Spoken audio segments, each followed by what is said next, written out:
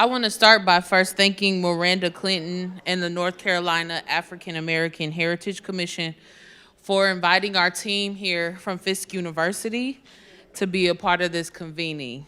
We're thrilled to be here to celebrate North Carolina Rosenwald schools. And yeah, it's it's almost kismet because last year around this time we were honoring Tennessee Rosenwald schools with a symposium and exhibit. So we're excited to celebrate here with you today and share about our work. This what you're doing here in North Carolina really inspires what we're doing at Fisk, and it informs our why. I'll briefly introduce our team. Our bios are in the program, so you can get an idea of our expertise and experiences and what we bring to this project and the Rosenwald collections at Fisk. So I'm DeLisa Minor-Harris. I'm the director of the John Hope and Aurelia E. Franklin Library at Fisk University. I'm also the project director for Forging Future Pathways Forward, which is our initiative at Fisk to digitize and make openly accessible the Julius Rosenwald Fund collection. You'll see, today you'll get to meet our panelists here, our project team, Dr. Samantha Gilmore, Joanna Soderberg, and LaTaevia Berry. So the story really begins with the Rosenwald collection with Charles Spurgeon Johnson. He was a sociologist, author, activist, and founding director of the Race Relations Institute at Fisk. Johnson spent extensive time in Harlem during the Harlem Renaissance as editor of Opportunity magazine. And he would spend his educational journey, part of his educational journey in Chicago, studying under Dr. Robert Park at the University of Chicago. While studying there in Chicago, Johnson was a part of sociological studies, including housing initiatives and others related to the African American experience in the city. It was during that time that he connected with figures like Julius Rosenwald and Edwin Embry, and built a lasting relationship that would be maintained throughout his lifetime. It was then that, the legacy for collections at Fisk began in 1928 when Fisk hired his first professional librarian, Louis Shores, and he, along with visiting curator Arturo Schomburg, launched a systematic effort to collect and preserve materials by and about African Americans across the diaspora. By 1930, Fisk had established what was known as the Negro Collection, which led to the acquisition and preservation of significant collections, including the papers of luminaries such as Charles Chestnut, Langston Hughes, and W.E.B. Du Bois, as well as Mary McLeod Bethune. The dedication that Fisk shown to the preserving African American experiences was further solidified in 1948 with the acquisition of the Julius Rosenwald Fund archives, facilitated by Charles S. Johnson and librarian and literary figure Arnold Wendell Bontemps.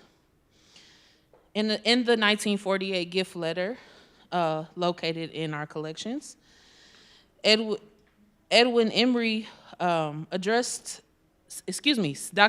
Samuel L. Smith addressed the letter to Dr. Edwin Embry, agreeing that all the Rosenwald files, library memorabilia should go to Fisk University, again solidifying the long history and relationship between the Rosenwald Fund and the institution in Nashville. Today, the collection consists of the Julius Rosenwald Fund archives span from 1917 to 1948, encompassing approximately 150,000 items organized into original and supplemental collections. The materials occupy 588 boxes and over 246 linear feet. This collection documents the fund's transformative contributions to African American education and cultural advancement, including correspondence, photographs, records, and other artifacts. Other components of the archive is the fellowship program, which supported Black artists and scholars to study abroad and in the U.S. In addition to other materials, this also includes school construction information, blueprints, enrollment data, financial records, and many more additional photographs. Much of this information has been used in previous projects, as discussed by the previous panel, to establish many of the schools as National Historic Places on the National Register. Complementing the Rosenwald Fund archives at Fisk are two other collections that enrich the study of the fund's legacy: the Charles S. Johnson Collection, Register X, and the Samuel Leonard Smith Papers. Charles S. Johnson, Fisk's first African-American president, served as a consultant, trustee, and fellowship review committee member for the fund, becoming the first Black trustee in 1934.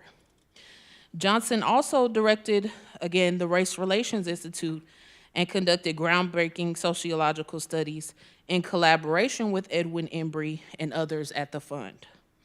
His work is reflected in the collection, offering insights into the leadership, advocacy within the fund's operation. The Samuel Leonard Smith Papers document the contribution of this administrator, architect, and educator who played, technology is fun, who played a critical role in the fund's southern office in Nashville, Tennessee. Smith, who studied school hygiene and schoolhouse planning at Peabody College, designed community school plans and led efforts to develop over 5,358 Rosenwald schools, 10,000 libraries, costing $33 million in today's, based on today's rate. His meticulous planning included designs for 1 to 6 room teacher classrooms and constructing the final Rosenwald school, the Eleanor Roosevelt School at Warm Springs, Georgia, before his retirement in 1937. Our longstanding stewardship of these archives has inspired countless research projects, publications, films, and obviously grassroots efforts to preserve not only the schools, but also African-American history and culture.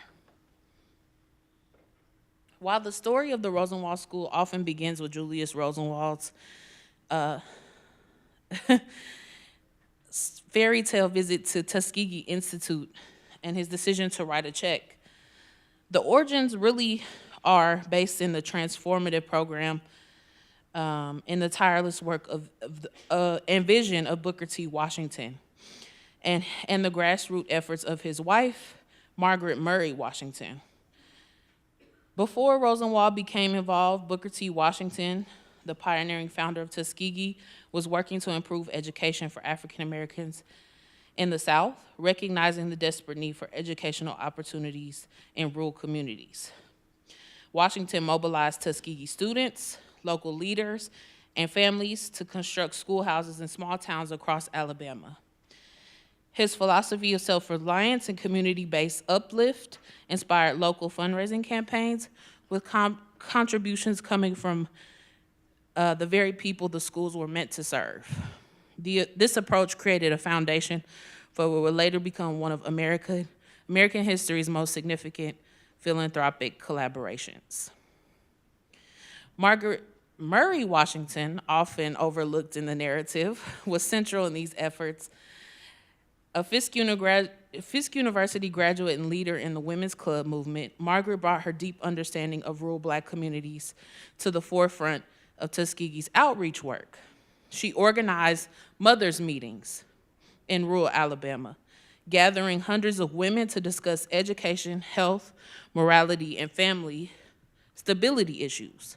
Margaret's work revealed these communities' urgent needs, particularly Black mothers' desire to provide better educational opportunities for their children. Booker T. Washington's leadership and Margaret's advocacy positioned Tuskegee as a hub for educational reform. His work with the National Conventions movement, his growing network of philanthropic supporters eventually brought him into contact with Julius Rosenwald. These efforts were so effective that they led to the establishment of the fund in 1917. What followed was groundbreaking partnership.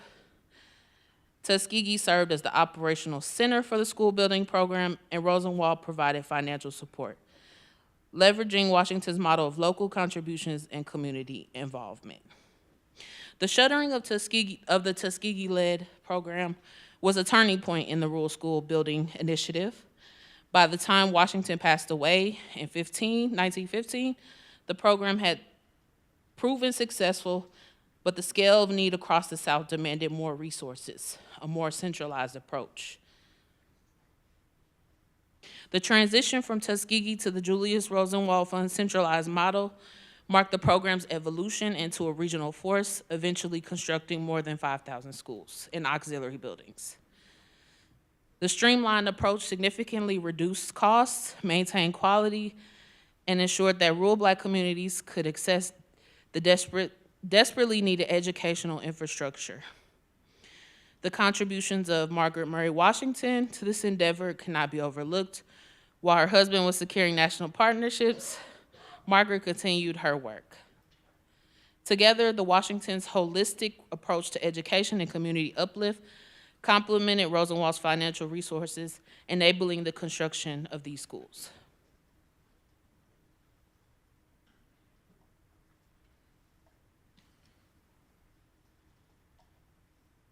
Establishing the Southern office of the Julius Rosenwald Fund in Nashville was located on the Peabody College campus was a deliberate and strategic decision that leveraged the city's educational prominence, geographic location, and institutional connections.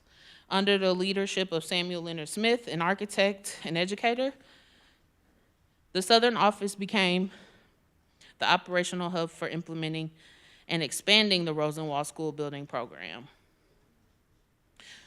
Known as the Athens of the South, Nashville had long been recognized as a center of educational and intellectual development, with institutions like Peabody College, Fisk University, and Tennessee Agricultural and Industrial State College. The office's placement at Peabody College was particularly significant as S.L. Smith had previously studied there under Dr. Fletcher B. Dressler, a leading authority on school planning. Under Smith's leadership, the Southern Office developed standardized plans using an efficient ready order model inspired by the Sears catalog. We've heard a lot about this during the conference. These plans, ranging from 1 to 6 school plans, prioritize functionality, the lighting, affordability, allowing communities to construct durable, high-quality schools at reduced cost. Smith's work was complemented by his collaboration, again with Charles S. Johnson, at Fisk University. Sociological studies produced under the leadership of Johnson provided important research that highlighted the effects of poverty, racial violence, and inadequate infrastructure, offering data-driven guidance for the Rosenwald program's priorities. Johnson also served as a consultant later and the first Black trustee. A critical component of the Southern office's success was its network of state agents who coordinated the program's implementation across the states. The program benefited significantly from partnerships with educators and administrators at local schools like Tennessee A&I College, who provided technical support and helped mobilize rural communities. Nashville's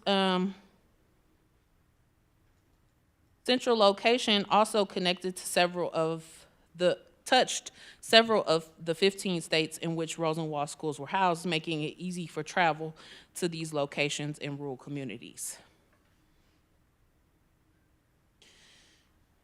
I won't go over this extensively, but the building program The Rosenwald School Building Program, one of the most significant, we can say, in America's history, was greatly influenced by a number of builders, architects, including Robert Robinson Taylor, the first formally trained African-American architect and graduate of MIT.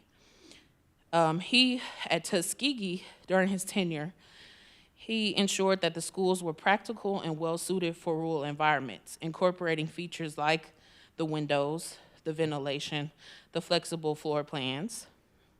And he adopted a model to the construction process that allowed for students at Tuskegee to be trained, building a bridge to more Black architects in the field. As the program expanded, again, the Rosenwald Fund adopted the Sears-inspired catalog model, where homes were, the community plans were ready-made plans that communities could adopt and easily build the schools within their community. The preservation of Rosenwald schools, such as the Cairo School that you see on this slide in Sumner County, Tennessee, and like the Panther Branch Rosenwald School in Wake County that we visited yesterday, plays an important role in preserving the history of one of the nation's most impactful educational movements. The Cairo Rosenwald School, built in 1922, is an example of a one-teacher Rosenwald school plan.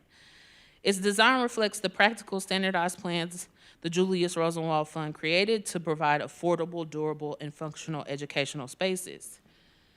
Of the 7 Rosenwald schools built in Sumner County, Cairo is the only one still existing.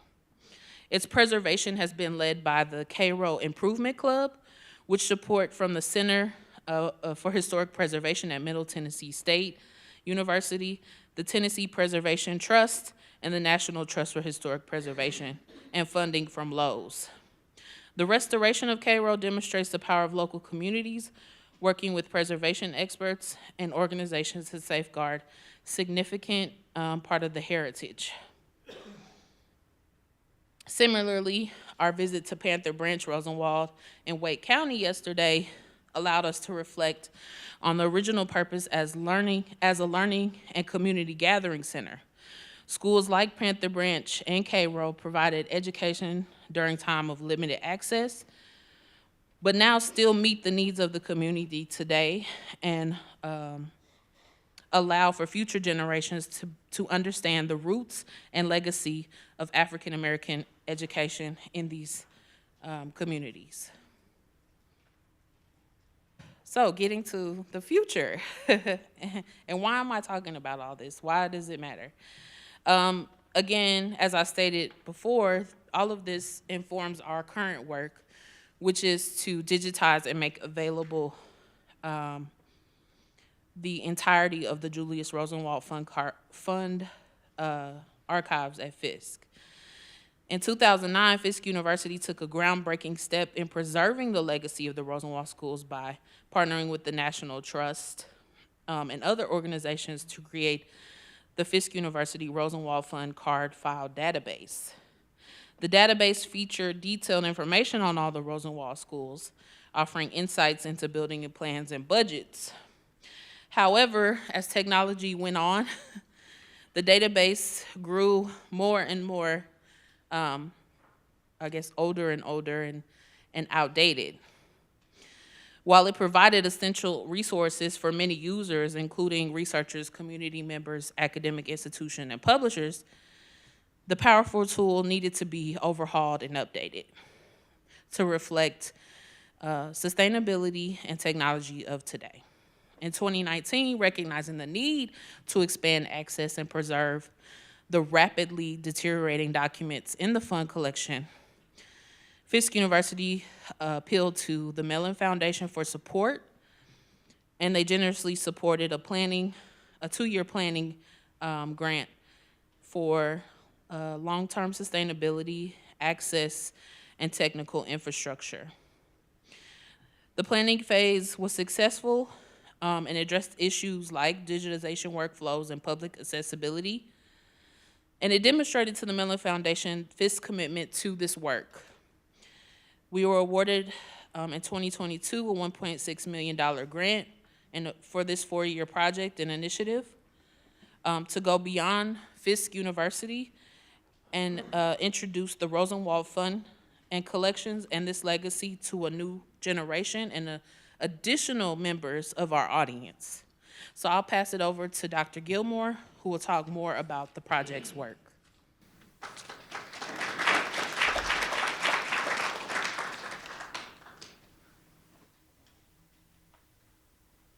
All right. Hello, everyone. I am Samantha Gilmore. The doctor is new, so that feels very weird to me right now. I joined the Forging Future Pathways Forward team in June, so I am the new kid on the block, but I am excited to talk with you about how the project is going in 2024. So as DeLisa said, our mission is to centralize and digitize the vast Rosenwald Fund collection. Beyond providing access, we envision this portal as a community hub for collaboration and scholarship on Rosenwald's impactful contributions to education and social justice in the South. This portal represents an exciting step forward, not just in digitization, but also in fostering connections and empowering institutions to tell their stories in accessible and impactful ways. I know, sorry. Apologies. So this year we're prioritizing the accessibility of the highly requested school fund materials for our first site launch in spring. The portal will include the Franklin Library Julius Rosenwald Fund school card database, and will be organized into 6 relational databases that mirror the structure of the physical collection. So you have the About, the School Fund, the Fellowship Fund, other funds, administrative materials, and studies and publications. So the first database that I want to talk about today is the About database. So this database will serve as both an introduction to the collection and a resource for contextual and project-specific information. This database highlights the personal and the professional lives of the Rosenwald family, providing a closer look at the people behind the fund. It features a rich collection of family correspondence, including letters from Julius Rosenwald himself, his wife Addie, and their children Julius Jr., Marion Ascoli, Lessing Rosenwald, Edith Stern, and William Rosenwald. These letters capture a wide range of topics, from personal reflections on family trips and happenings to insights into their role into the fund and other philanthropic efforts. Additionally, correspondence relating to the Rosenwald Family Association and their charitable work is included, giving users a deeper understanding of the family's broader contributions. The About database will also serve as a gateway to understanding the project and the portal itself. It will include a biography and select images of Julius Rosenwald, along with explanations of the site's purpose and instructions on how to navigate each feature. For those interested in the technical side, we will provide links to software documentation. And finally, this database highlights the people and the infrastructure that make this project possible, because we really just have a fantastic team. It will showcase the members of the team, past and present, and provide an overview of the Digitization Center at our library. Together, these elements reflect our mission to preserve and share this history while also celebrating the collaborative effort behind the portal's creation. So the school fund, what is in the school fund? The school fund database will provide a comprehensive view of the financial and administrative records related to the construction and operation of the Rosenwald School. At its core are fund cards, index cards that meticulously document the financial contributions made by the local community and the Rosenwald Fund for each school. This database also includes photos of the schoolhouse, many of which are collected by fund officers and through initiatives like the HBCU Photo Project, And additionally, users will find applications for school transportation and records for improvement or notable events at each of the schools, all preserved by fund administration. So there are approximately 5,307 school cards in the collection, each describing a Rosenwald school, a teacher home, or a shop, and sometimes some combination of these. The information on the cards includes the school's location, year of construction, name, number of teachers or rooms, acreage, insurance valuation, and total construction cost. Costs are itemized by contributions from the Rosenwald Fund, local black and white individuals, and public governments. Also, on some of these cards, we found some handwritten notes about additions or improvements, even some kind of notes about the destruction due to fire or weather. Though these updated informations, these handwritten notes can be sometimes inconsistent. These cards represent the only systemic documentation of individual Rosenwald schools. So accompanying each of these cards is also a photo, and our collection houses about 15,129 photographs of the schools. These photos, recently digitized by our team, often depict the schools themselves, but many also capture their creators, administrators, students, and teachers. Several photos were taken as part of, the HBCU photo project, but some are also found in scrapbooks or taken by the Southern Schools agent S.L. Smith during his visit to these schools throughout the years. The metadata for these cards, or the data about the data of these cards, and the photos have been carefully revised to meet modern standards and integrate seamlessly with our portal platform Omeka S.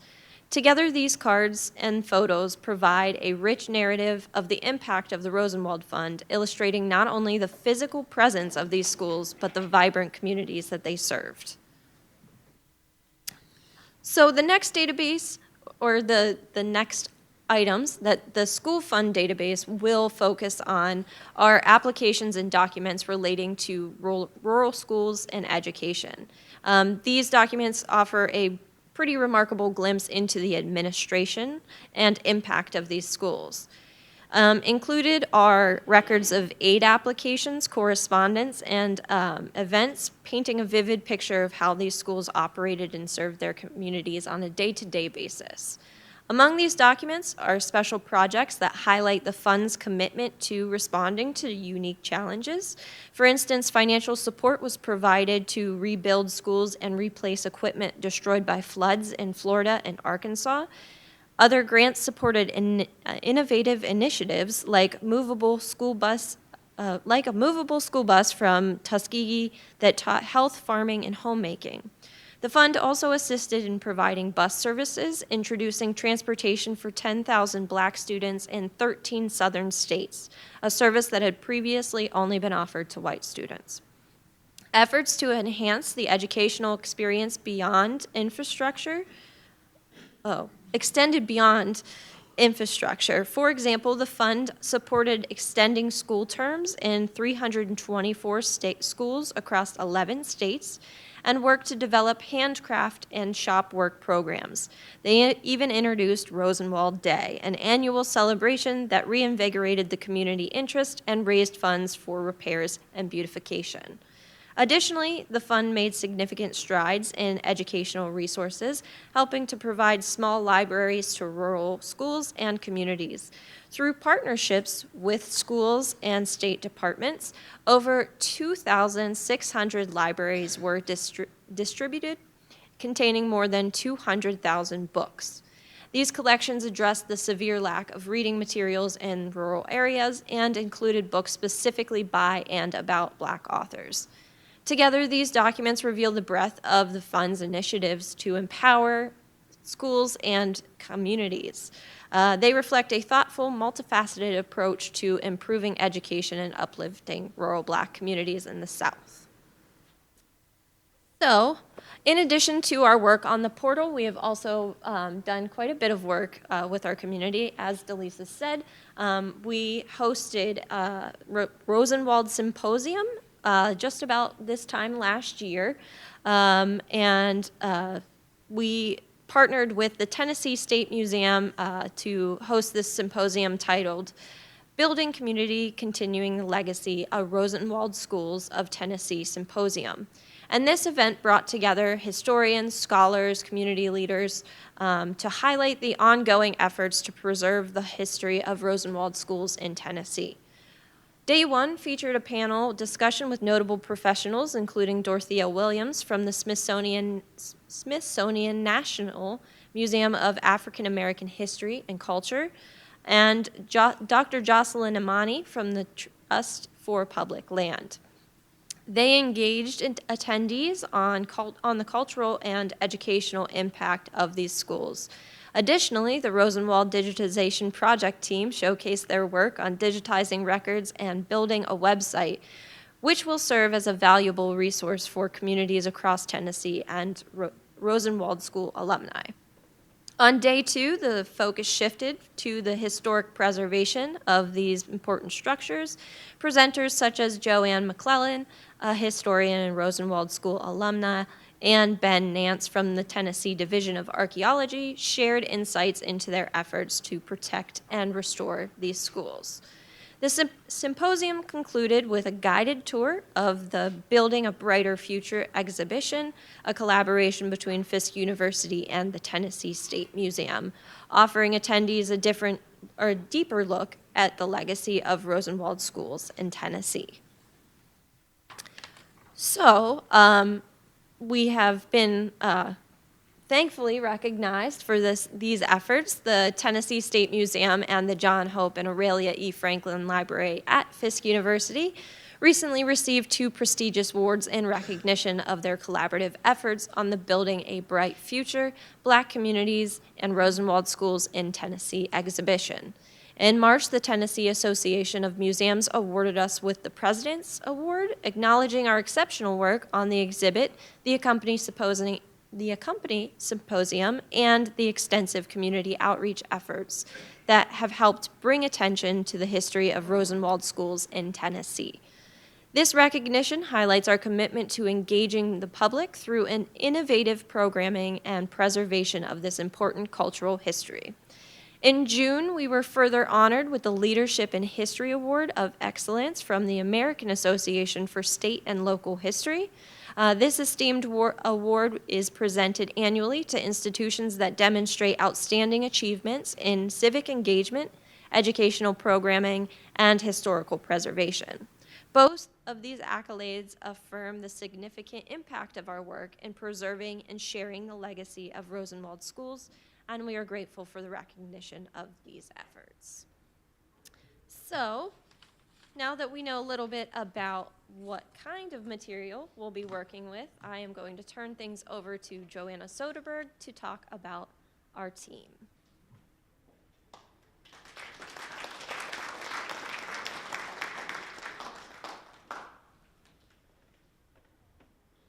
Hello, everybody. How are you doing? You've been sitting for a bit now. So my name is Joanna Soderberg from Sweden. I've had the pleasure to be working on this team for about 2 years now. And I'm here to tell you a little bit about what we do in the day-to-day work. So what you see here is our incredible Rosenwald team. They are unique amongst our digitizations team because it is the biggest team that we have. It's 10 students that works on the team. 2 of them works with software developing. The other 8 students work with the digitization process, which is scanning and creating metadata. That is making data about the data. Our team comes from all over the world, and I say that because it's important. Our team is not a team of historians. They're a team of aspiring psychologists, data scientists, and microbiologists. So how do we work? Let me start with this man. This is Oreluwa Ovosini. He comes from Nigeria. He is our student coordinator, and I work with him very closely. He is my eyes in the digitization center, or lab, as we call it, whenever I can't be there. He's the one I go to whenever Samantha comes and say, oh, we need to redo this. And I take it to him and I say, all right, as we call him, we need to redo this. And he takes it up with the team. We make a plan together on how to go about things. So I just want to highlight him because without him, it would be so much harder. As you saw, we are a team of students. Everybody has different schedules, so we need to have those eyes. Here is 2 photos from the lab. We are 8 students who works in there, but 4 of them works with the digitization, which means scanning, and 4 of them works with creating data. But we work in teams of 2, so nobody works alone. Approximately, we do 3 boxes in 2 weeks when it comes to scanning. And when it comes to creating metadata, that takes a bit longer because we have to do a lot of research. But approximately a box a week is what we're able to produce metadata for. So how do we do it? Well, as you heard from Samantha, we know what we want to put up first on the webpage, so we have clear goals. So for this semester, it's been the school fun cards, the rural school program, and about the Rosenwald. The most important thing that we have is that we do everything together. And that includes more than creating this beautiful webpage or site for everybody. That includes making sure that we're on time, making sure that we go to classes, everything that consists of life. Because first and foremost, these people are students first. We have an open communication about the progress we are making. If we maybe not succeed on that test, we talk about it. We try to encourage each other and help each other in studies, in work, and in life. In addition to creating a learning environment within the work environment for our students, we try to encourage them to use all opportunities that may arise with this project. Samantha told you about the symposium, where we also invited all our students to participate, to listen, and to learn.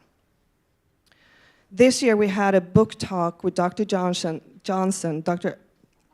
Aisha Johnson.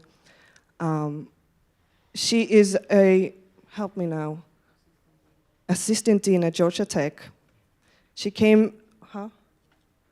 She wrote a book about librarians from the Rosenwald. Yeah, libraries and libraries.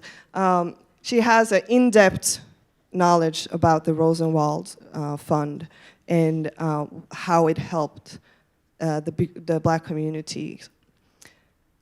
She came and the students were invited to have a sit-down and a close-up conversation with her and pick her brain about all the things that she knew. We invited students to come to a luncheon to continue the conversation, and they were also invited to listen to how she came to write her book. For us, working with students is important for so many reasons. One of the goals about creating this new portal for the community is spreading the word, keeping the legacy alive. And as I told you before, our team comes from all over the world, right? Everything they learn, they take with them when they leave their classroom or the digitization center. I take it back home to Sweden. Josh takes it to Nigeria. I'm sorry. Say it? Manoj takes it to Nepal. They take it to California as they move on to work at Google or to New York when they work at Bloomberg. Wherever they go, the knowledge that they find on the 3rd floor of Fisk University, 320, they take with them. This is what the students has to say themselves. Joshua said that the Rosenwald project is not just about scanning documents. It's about reminding ourselves about the adversities we faced, the battles we won, and the victories we seem to have forgotten. That is what he takes with him as he leaves Fisk University this upcoming spring. Manoj, who is a junior software developer, he said that the best aspect of working with a project team is the supportive learning environment and the open communication, allowing me to discuss challenges and manage my academic commitments effectively. This one, and this is the last slide I'm gonna give you. Ori says that this project has deepened my understanding of how essential it is to provide the necessary resources and encouragement to help people actualize their visions of positive impact. I mean, I am inspired. And knowing Ore, he would be, I am inspired. That's how he looks. I'm inspired to do the same in my own way, offering support and uplifting others as I continue my career. Working with the team has been a true blessing. I came in as Ore as a student digital assistant, is that what you say? Yeah. And I've been blessed to continue to stay on and follow this project through. I can't wait for you to join us this upcoming spring and also see the work that has been done. Thank you.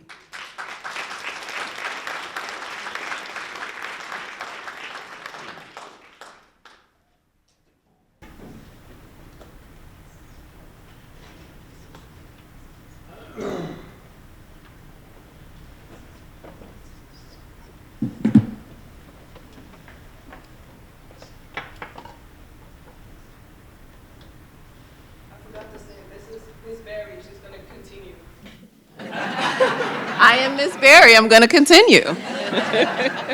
I'm the last leg between you and lunch, so I promise I'm just going to get to it.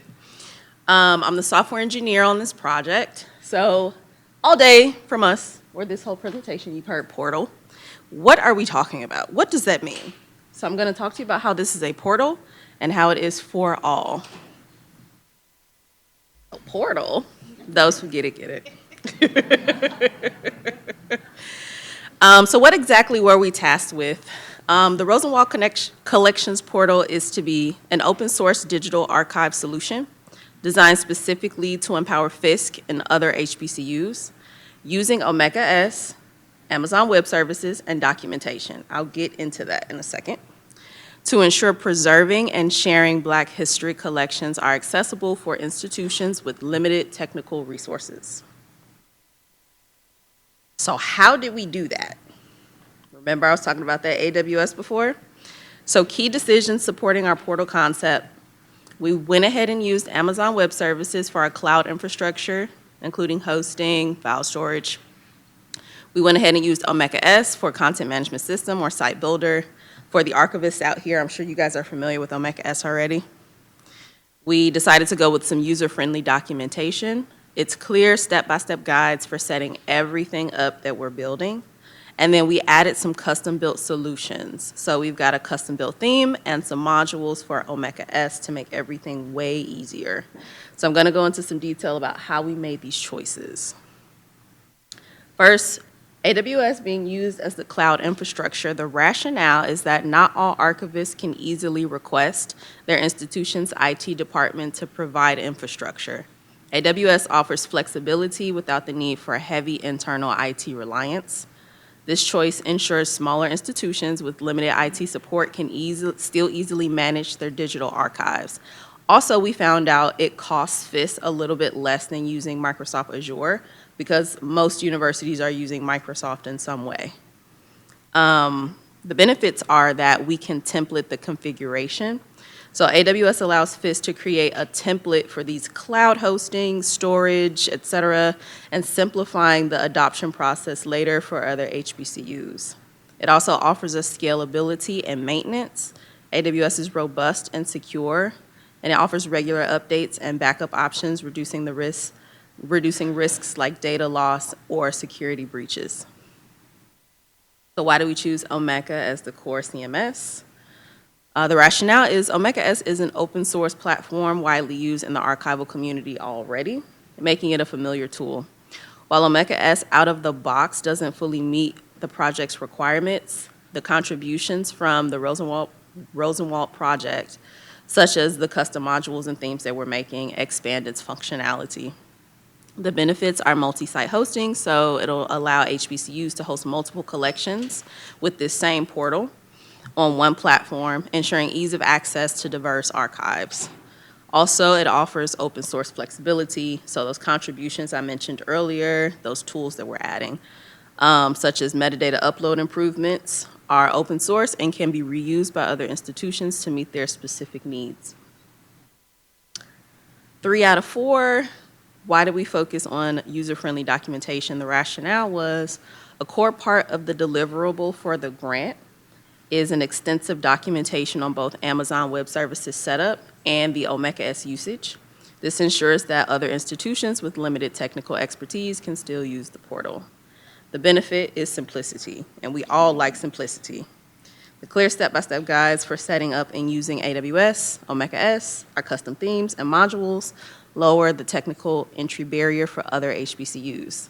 This includes instructions on infrastructure management and user-facing tools like bulk uploading and organizing archival data.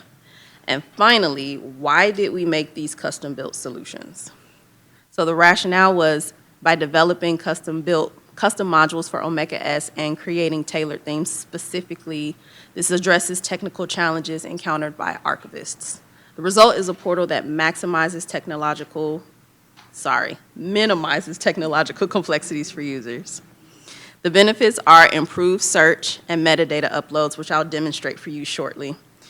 These are key functionalities such as enhanced search and bulk metadata upload, ensure ease of use. These features make it simple for archivists to input and manage large data sets like ours, for example.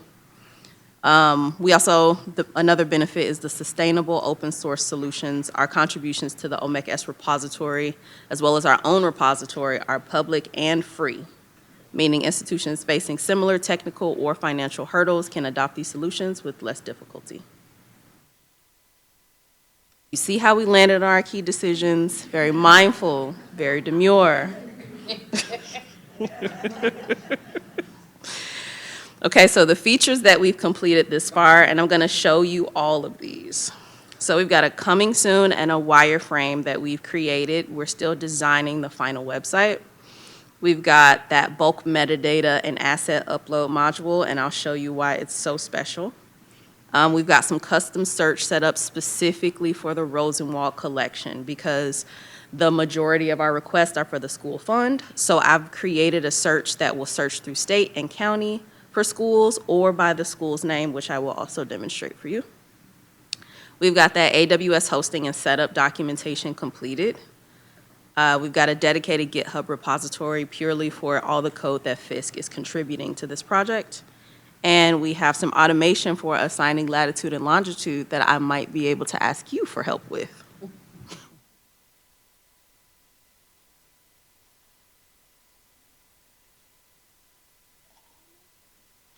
I'll have to come out of here. There we go. Okay, so here's our lovely coming soon page. It is at rosenwald.fisk.edu. I strongly encourage you to notify of updates, this lovely button down, where's my mouse? Down over here. And we'll send you like very swanky stuff. No spam, I promise. Also here is that contact just in case you guys want to know any or want to have any of those paper materials pulled while we're still building out the website. So here we've just got a little kind of preview of what we have in store for the site itself. in a bit. So we're gonna put that search that I talked to you guys about right at the top. So as soon as you visit the site, you can start looking at schools. You can search by state, county, or the name of the school. And we'll also have those unidentified schools in there as well. So if you don't know the state and you want to just click on unidentified, all of that will display as well. Scroll down a bit and we'll have a slideshow of some Rosenwald schools that we're highlighting, as well as highlights from the overall Rosenwald collection, not just the school fund. And then we'll have this nifty map with tons of little pins on it, which I'll demonstrate for you in a second. If you do a search, you'll always get the name of the school, a description, and an image. And then lastly, when you get to the page itself for a school, we have a slideshow in the event that there are multiple images, which I'll also demo for you today, and all of the lovely metadata that everybody wants to see. So here I'm going to show you guys about how we made uploading special, right? It might sound boring, but it's great. So as you can see here, there's nothing on this map. Anybody see anything on this map? Nope. As you can see, here's a list, but there's nothing in this list, blank list. So what I did was I made a special import. It's very North Carolina specific. And so we're gonna go over to zip import and pull this in. Just click next, give it a second. And once the next page pops up, a lot of our mapping will already be done for us. So our identifier, state, county, school name, application number, all of that stuff has been pre-set up with a custom library we created. The only thing we have to do is apply our latitude and longitude.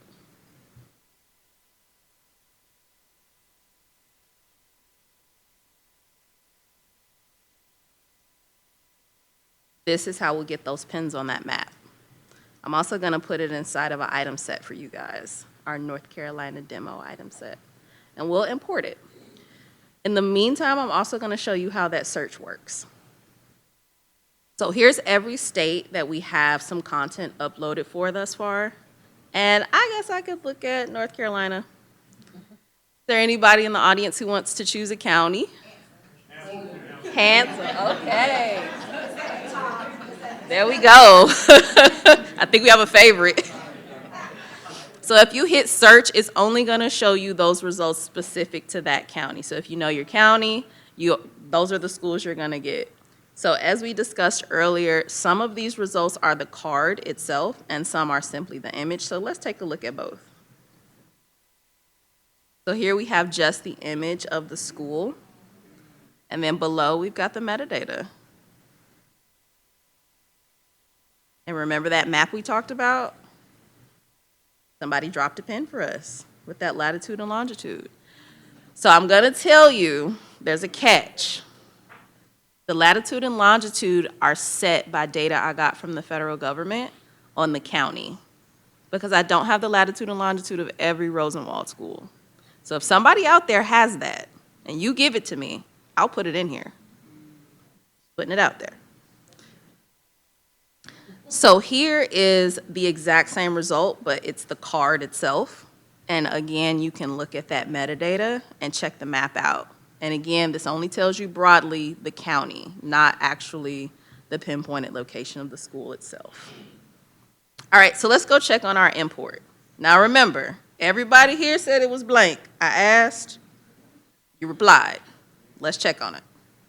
Look at all those pins. Look at that map. It's gorgeous. So, as it happens, yesterday we visited a very special school. And it was in what county? Wake County? Look at that. We might have some results. Oh, looks like Panther Branch made it on the website. So here's everything we have for Panther Branch. I just put it up here because I like you guys. Here's the school card with all the detail about the school. Here's the card with the image and the image alone. And here's the image of the rear on the card, the image of the rear alone. Here's all that metadata we talked about. Also, all those images listed if you want to see them individually, and the map. But again, it's only for the county. So if you head back over here, we also see our results listed down at the bottom. Every single one of those schools that I uploaded for North Carolina, I tried to grab one from every county because I want to represent you guys very well. And then lastly, we can search by school name. Anybody have a school name from yesterday, for example? All right. Uh-oh. Did I misspell Panther?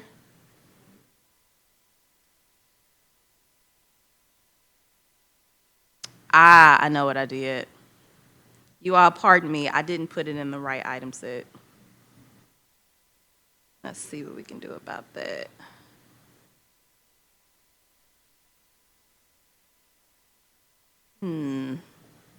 I'll have to do another school, I'm sorry. Let's see if I have it in there. Liberty Hill.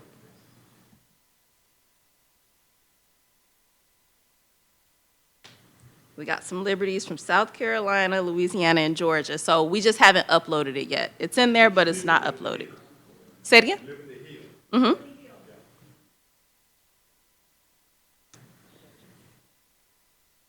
Let's give it a try.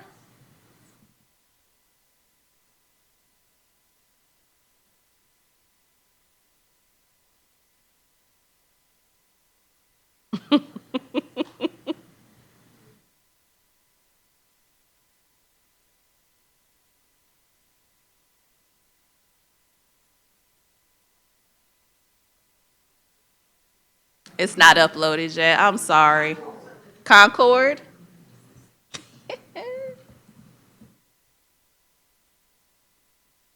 Is it in North Carolina, this one here? All right. So here's the image of the school on a card. I believe this is the rear of the school. And then here's the front without that card. And the metadata.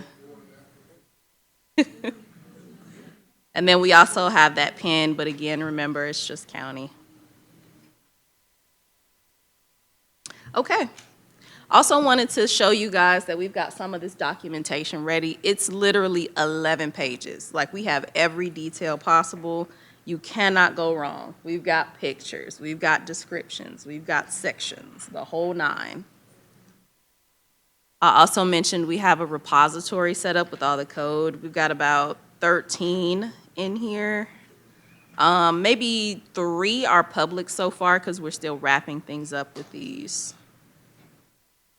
Lastly, I want to show you guys how I came up with these latitude and longitudes because, again, they're pretty much based off of information I got from the U.S. government.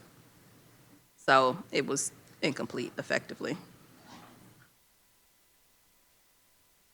So I set up some micros, some macros inside of Excel. And I'm going to use some sample data I have from North Carolina and paste it in here. So right now, the only columns that we have available, let's zoom in a bit, are the identifier, the state, the county, and the school name. So I created a latitude longitude calculator. You just click that calculator, and within seconds, the latitude and longitude are calculated for you. However, again, because the data is incomplete with the U.S. government, it's only accurate down to the county. So if you want to know where I got this data from to inspire you possibly to give me some more accurate data, I went to census.gov and pulled it from the counties. So these are all the counties and all the states and so forth.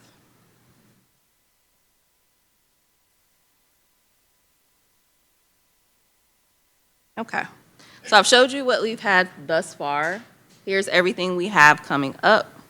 We're working currently on a custom UI UX design implemented into the custom theme. We're gonna make it look lovely. We've got some additional modules that I showed you guys behind the scenes that 13 will be added to the 3 public ones.